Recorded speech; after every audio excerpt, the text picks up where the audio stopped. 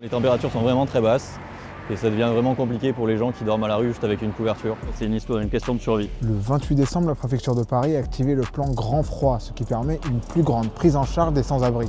Ce soir, il fait 0 degré et on va accompagner l'association Utopia 56 dans une maraude, lors de laquelle les bénévoles vont à la rencontre des sans-abri.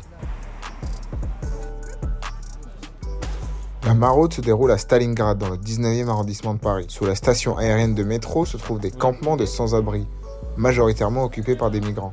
On arrive sur le lieu d'abord avec du thé et du café, ce qui nous permet d'entendre un peu la discussion avec les gens et d'évaluer les besoins afin après de revenir avec du matériel. Que ce soit matériel ou parfois de l'aide dans les démarches, sur une demande d'asile ou sur un besoin bien plus simple. Hugues est un bénévole régulier chez Utopia 56.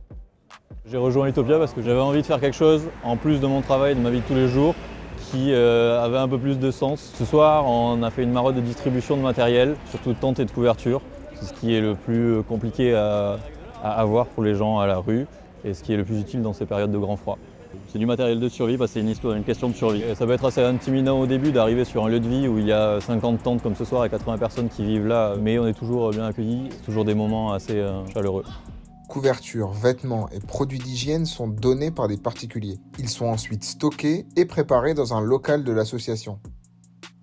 Une tente, une couverture, c'est pas grand-chose. Donc il y a un peu une prise de recul au bout d'un certain temps en se disant que c'est quand même très dérisoire. Des températures négatives peuvent amener une hypothermie, une baisse anormale de la température du corps qui peut aller jusqu'à la mort.